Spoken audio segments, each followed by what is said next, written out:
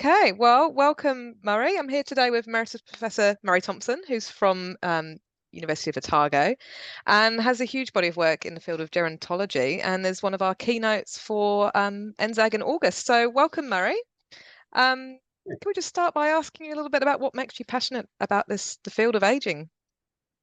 Well, as you can see, I'm aging myself now, and it has been a long, slow process. I first got involved in the oral health of older people and researching it back in the late 80s when I did a master's in community dentistry down here at Otago, and found out I had to do some research. In fact, the research thesis made up half the degree, and I thought research was just for pointy heads, but I was working in the public health system at the time, and so I asked my my advisor in the Ministry of Health, or the Department of Health it was then, I've got to do some research. What do you think I could do that would be of use? And he said, well, we know nothing about the oral health of older people in nursing homes. And I was working in Palmerston North at the time and ended up doing a dental survey of the oral health of older people in nursing homes in the Manawatu Horowhenua. And so we took a random sample, a stratified sample, and investigated. And it was fascinating. I went around all these old folks' homes and examined half the residents each, and it was brilliant. And it really got me hooked, one, on research, because I wrote my thesis, then started publishing papers. Wow, I really like publishing papers.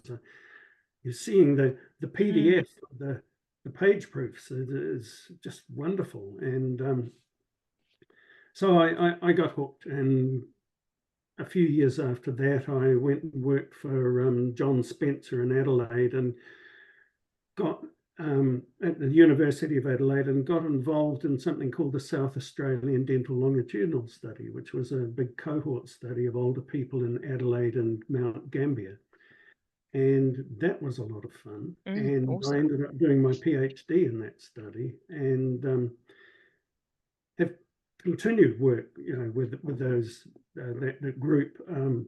Continued it for quite a time, and then Otago made a good offer, and I came back to New Zealand, and I was very keen to get involved in the Dunedin Multidisciplinary Health and Development Study. And Richie Poulton, who actually was an old friend of my wife's, and right. Who had actually been to our wedding, and in the early 80s. He just started at the unit at that time too, and so we were contemporaries in the Dunedin study, and we've worked together most of our careers on that study.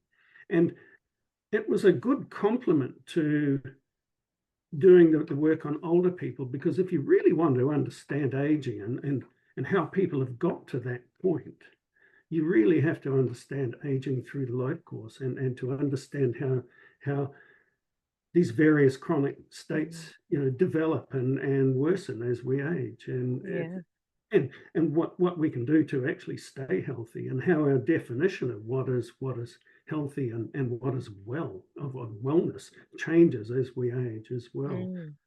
So together, my work in those studies and in national surveys has given me, I think, some pretty unique insights into health and old age, and I hope to talk about some of the outcome of some of that work and those insights. Yeah, at the conference. Yeah, it's quite incredible. Might find it challenging.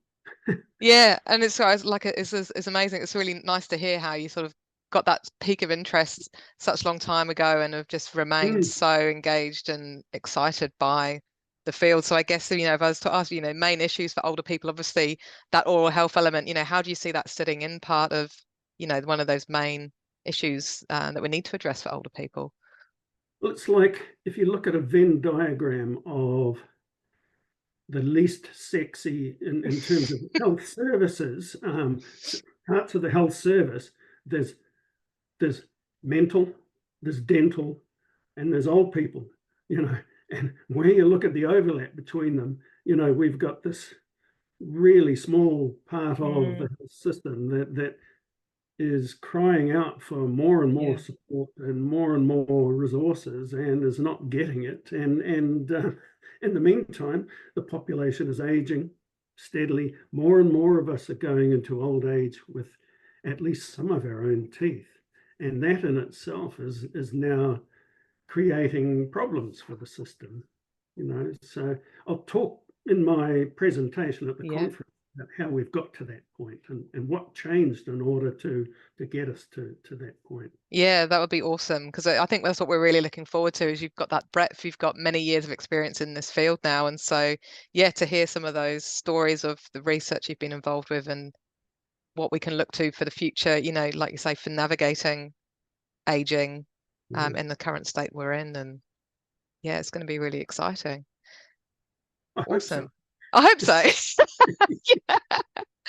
Yeah, is there any other key things you're excited by the conference? I think it's just coming together is going to be great, isn't it? Yeah. And for me, you know, I retired 14 months ago. As I was saying before, I've still been really busy, but it's quite different not being on the payroll, put it that way. Yeah. And doing a lot of the retirement stuff, like a heck of a lot of dog walking, rehabilitating, speaking of old age, rehabilitating my knee, so I'm now back into running, that sort of thing, you know. But also you have more time to reflect on things, and life. And you're not so much all consumed by what the next student is going to bring in as a problem, or whatever, your next teaching session, or pile of exams to mark.